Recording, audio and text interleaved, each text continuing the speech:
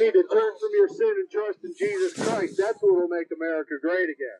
This is Red Podcast, episode number 227. Black guy at a Trump rally?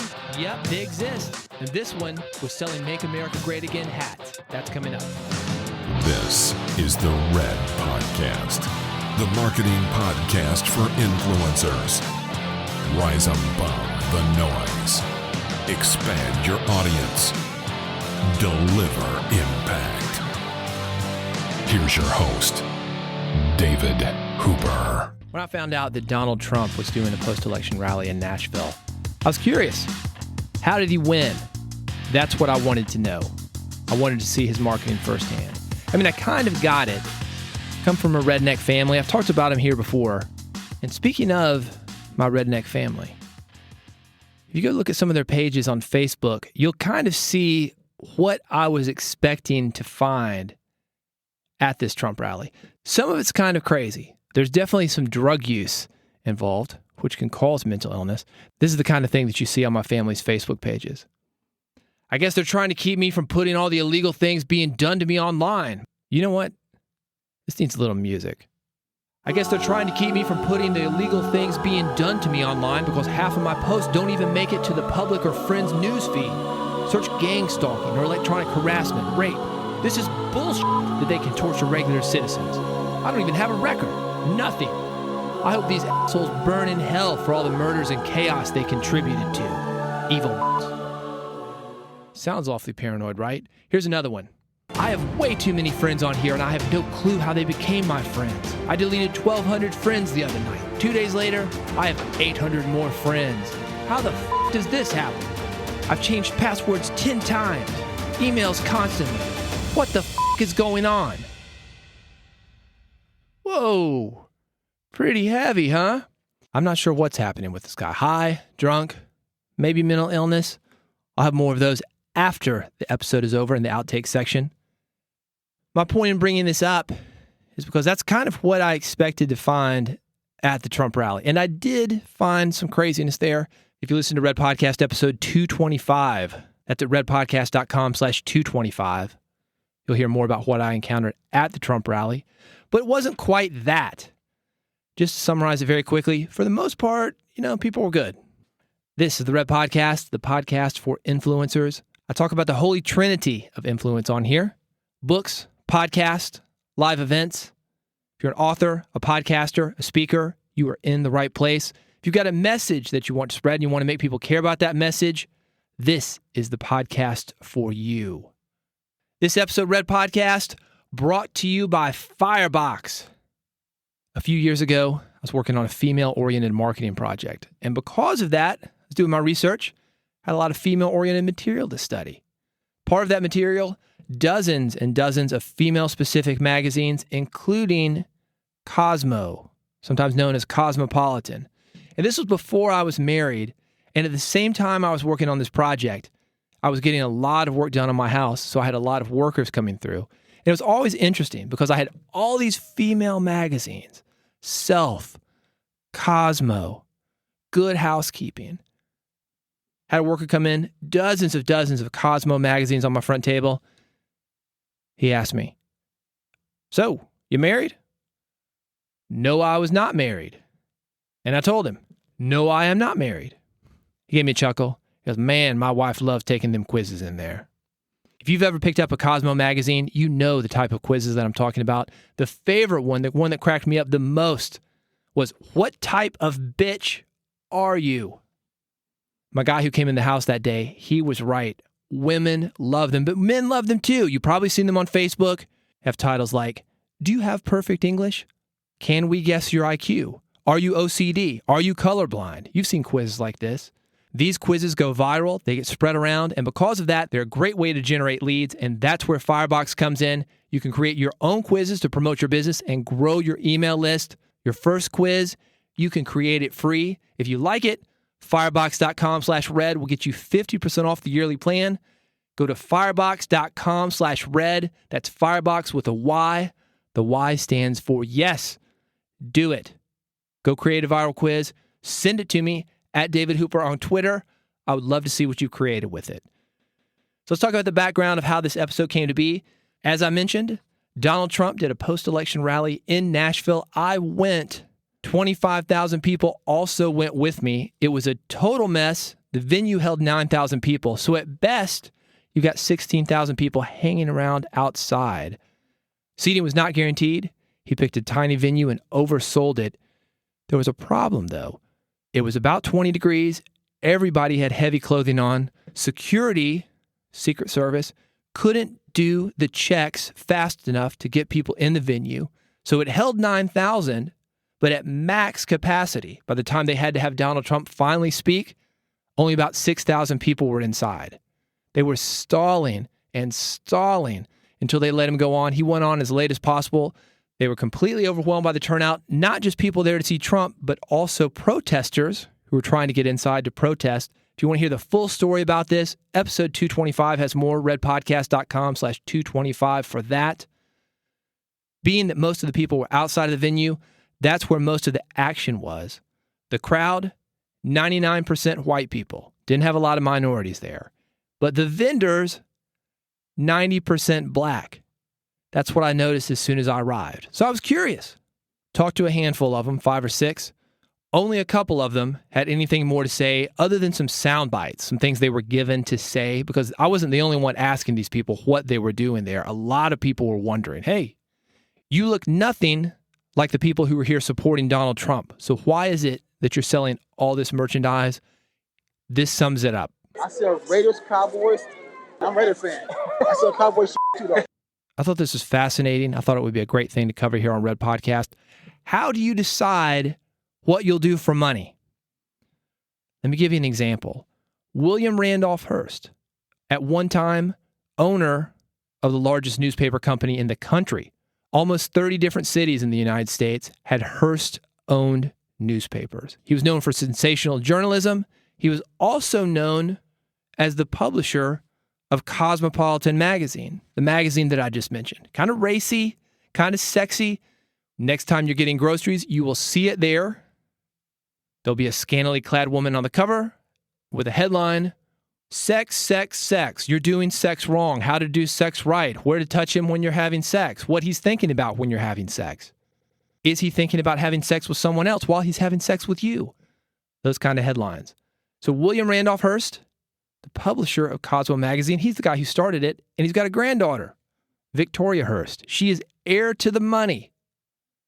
And what is she doing with that money? She's used it to fund a ministry. Part of that ministry going against Cosmo magazine, trying to get it classified as pornography. She's got a website, CosmoHurtsKids.com, if you want to see more about her stance on that. Is she being a hypocrite? I wondered the same thing about these vendors at a Donald Trump rally. Do you have to support Donald Trump to make money from Donald Trump merchandise? Security was backed up, everything moving slowly. The line was over a mile long. So me and my buddy Jared, we start walking to the end of that line. And at the very end, there was a single vendor. Black guy, wagon, tons of Trump merchandise. So I asked him, what the f***, man? Just kidding. I asked him for his thoughts on Trump, and here's what he said. This man's a marketing, advertising, promoting genius. Put it out there. You let who's going to gravitate towards it, gravitate. Those who are going to get away from it, get away from it. But if you don't say it out of your mouth, you get no response. I think most people can agree with that. He's done a good job of branding himself. Trump this, Trump that, Trump water, Trump tower, Trump helicopters, Trump airplanes. Done a great job of branding. And I think it's great advice for most people. Plant your flag. Let the people come to you that are going to be attracted to it. And for those who aren't attracted to it, let them go find somebody else. So that's common ground that we can agree on. Plant your flag. But what are the effects of this? Trump is a very divisive guy. And when you plant your flag, some people are going to be pissed. This guy, a lot of his friends didn't get it. The women he's dating, they don't get it either. Here's what he had to say on that. I got chicks who won't f*** with me right now because of it. So what? Losing lots of because I'm dumb enough to be honest and tell them, hey, this Trump money we drinking on. And they're being internet about it. You know what I'm saying? Fake outraged. I'm like, you're not outraged. And let me tell you something. I was at the inauguration. I did $5,000 Friday. I did $500 Saturday and Sunday. Because these chicks was out here bullshit. You know what I'm saying? And they're looking at me and they're judging me. And I'm saying, then you're no better than Trump right now, because what you're doing is looking at me and what you see and making a judgment. And that's exactly what you're supposed to be out here railing against. You should read Gandhi or Martin Luther King, and then you learn how to come out here and protest. Don't talk about my shirts and my property, and please don't tell me you want to spit on my merchandise. Are you kidding me? That's foul and vile, and it's exactly what you're saying Trump is.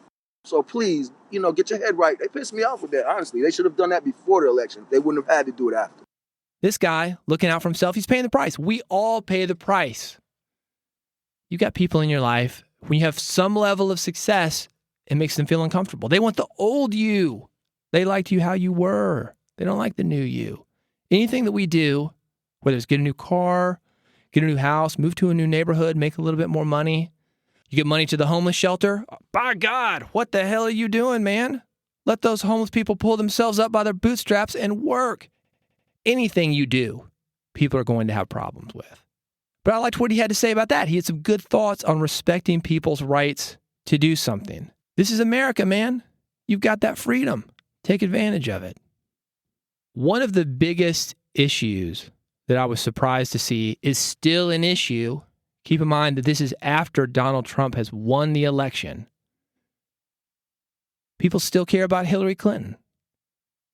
All sorts of shirts regarding Hillary Clinton. Lock her up. Trump that bitch. 40, maybe 50% of the merch that I saw there, anti-Hillary Clinton. You've got the carrot, Donald Trump, our savior. He's going to make America great again. And you've got the evil stick, Hillary Clinton. She's making America worse. And even though she's not running for president anymore, even though she lost the Electoral College, that's how we determine our president. These guys just couldn't let it go. Just for the record, I like Hillary. I voted for Hillary. To me, the most qualified candidate by far. Absolutely the better choice over Trump. But she's not very likable. She's like a robot. One of those old robots. Not the new kind that act like humans. She's like one of those old, stiff robots. Talk to her, she's like a machine, kind of plastic. Most people, because of this, they can't relate to her. They cannot relate to her. When you see Obama hanging out with somebody, you feel like he knows them. You feel like they can connect. They could go out and have a coffee, have a good conversation. Bill Clinton, same way. Hillary Clinton, nope. She's not relatable. She's stiff. This vendor that I talked to, he had a lot of thoughts on that too, especially about why she lost. She shouldn't have been allowed to run against Trump. She wasn't even his equal in real fight. She didn't even do a rally August. And got sick. I don't have nothing against her, but you know what I'm saying? Hey, she didn't even go to them places he went to. I'm going out in the middle of nowhere for Trump rallies, and I'm downtown for her. I did both sides. Did a lot of printing on Bernie. I didn't do Bernie. I had a broken ankle. I wish I'd have done the primaries. I'm pissed. Likability, approachability, connection. That is the triple threat to influence. That is the triple threat to business success. Rick Roberts, he's a comic buddy of mine. We had an entire episode about this subject, episode 112, redpodcast.com/112 if you want to listen to that. As a comic, Rick has to connect with his audience in order to be successful. He gets up on stage between two other comics, and he's got minutes, maybe even seconds, to develop rapport. If you want to learn connection, if you want to learn how to develop instant rapport, watch comics. If you've ever been to a comedy club, and I'm talking a real comedy club, not watch clips of a club on TV, not watch a Netflix special where everything is highly edited, you got to go to a real comedy club for this. Audiences will turn on you in a second. You may be able to see some YouTube clips of this. You search for comedy heckler, you can see how quickly audiences can turn on you. It's especially bad for comics because comics are divisive. Comics do just what I talked about. They're planting that flag. They're saying you're either with me or you're against me. And not everybody's going to be with you. And when you've got a drunk comedy club audience, there's always some guy who thinks he should be on stage, who wants a little more attention than he's getting. He's going to yell something out. He's going to try to test that comic. It is awful for heckling. That's how comics get so good about quickly building connection, this instant rapport. Normally, it takes time for people to warm up to you. But comic sets are short. You have to do it instantly if you're going to be successful. And by the time you see guys on a comedy stage, they've had some level of success. Hasn't always been like that. They're not natural. A lot of comics, they start out with a 90-second set. That's it.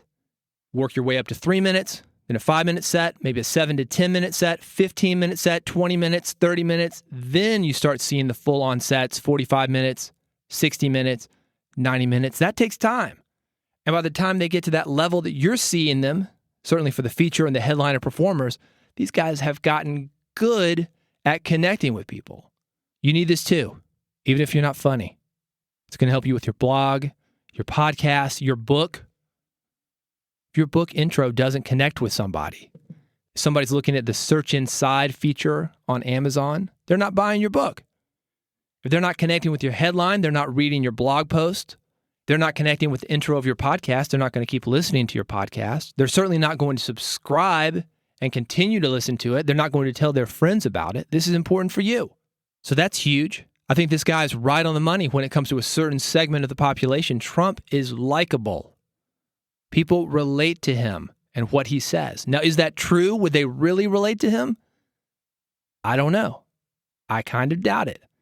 He's a very privileged man living in a very different world from the majority of America. But people think they can relate to him.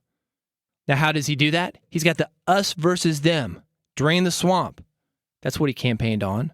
While Hillary is going to downtown areas of these major cities, Trump was hitting these small town markets. Trump, the big man in New York, coming off his high mountain to your small town to make you feel special. Hillary didn't have time for it. And that's huge. This is actually something that I talked to Rick Roberts about as well. Rick is busy. He's doing several gigs per week, many of them in these small town markets. And I asked him about that. I said, man, Rick, I hate doing these small markets, man. I like to fly into a big city where I can get a direct flight to. I like to get off the plane. I like to hop in a cab, hop in a shuttle, go directly to my hotel. I don't want it to be more than 10 minutes away. He said, yeah, man, you're not the only one. And that's how I'm getting these gigs, because a lot of people don't want them. But because of that, these smaller venues, these smaller markets, these markets that are away from the beaten path, away from the major airports, they're being forced to pay more money. So Rick is making a killing at it. He's reaching people that aren't normally reached. It's one of the things that Trump did, and it works so well. Trump won the presidency. He's connecting with these small markets. You can do the same. If you're not a live speaker, if you're not a comic, a performer, somebody who's going out to live events, you can certainly hit these small markets from a niched out standpoint. Don't just go for the Christians, go for the Baptist.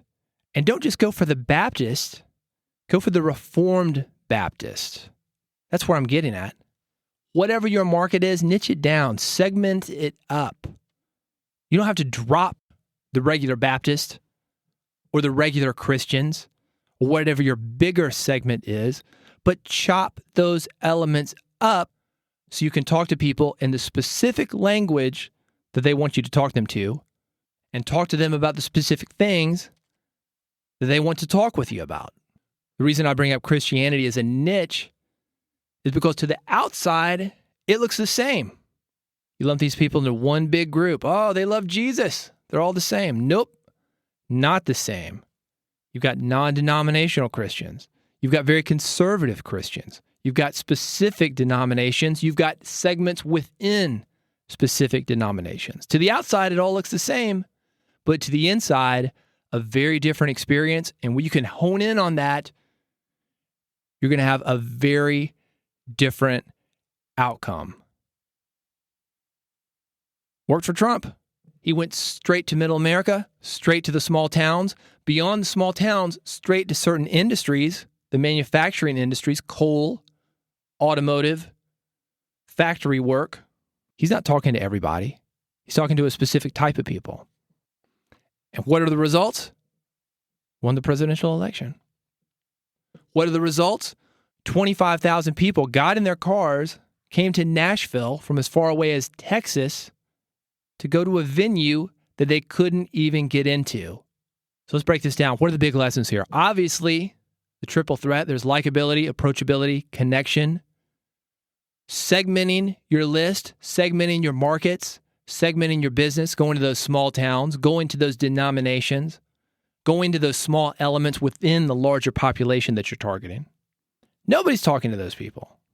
It's not sexy to play bum Iowa, but the money's there, the connection is there, and because of that, the longevity will be there, and because of that, your security will be there.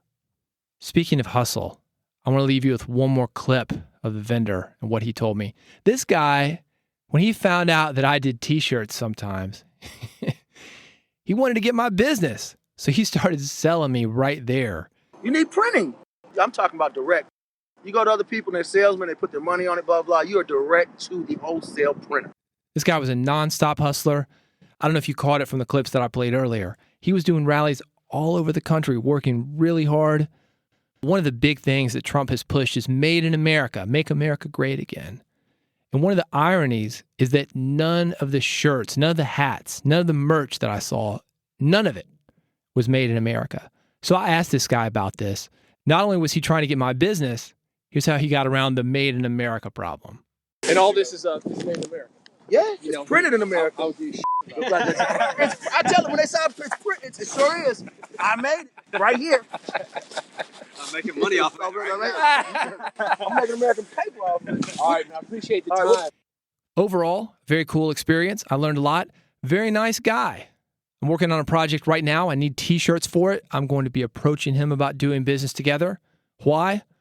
Trifecta that I mentioned. Likability, approachability, and connection. He's got it. Good lessons for you in your business. If you want to hear another episode with more stories from the post-election Trump rally, redpodcast.com/225 has that. And coming up on the next episode of Red Podcast, the chain letter. When I was in college, I actually got in trouble with the United States Postal Service over some chain letters that I was sending out. That story and more about marketing lessons from the chain letter on the next episode of Red Podcast to make sure that you don't miss it. Visit me online. Redpodcast.com is the website, the top left corner. You can subscribe via your iPhone, Android device. If you want an app, I've got it. One click is all it takes to subscribe to Red Podcast. Redpodcast.com is how to do it. If you've got questions, you've got comments, reach out to me online. Twitter is the best way to do that. At David Hooper on Twitter. Thank you so much for listening to Red Podcast, and I'll see you on the next episode. You've been listening to Red Podcast, the marketing podcast for influencers. Never miss an episode. Subscribe now with your iPhone, Android, or via RSS at redpodcast.com. When my targeting started, my Facebook and Amazon pages were frozen. The guy at Amazon said he'd never seen anything like it. I always knew there was government involvement. Who else can keep you from deleting your pages? As I say, ISIS. The U.S. government are the biggest terrorists in the USA without a doubt, and people should never trust these asshole rapists. People, when your country turns into tyrants, you have a moral obligation to fight back. I know Donald Trump thinks by not allowing certain types of people who have a terrorist religion to enter the country, he'll keep us safer. But it's sad that he hasn't figured it out yet that his agencies are the only threat to the American people. Not ISIS, not their religion, but yours truly. I just don't understand how people can't do a little research and put this all together. It's a joke. Bless your heart! Bless your heart! Bless your heart! Bless your heart! I fought for all these people's right to support who they want to, do it as they feel should be done, as long as they don't do it out of context or in any kind of way harmful. I'm for that all day.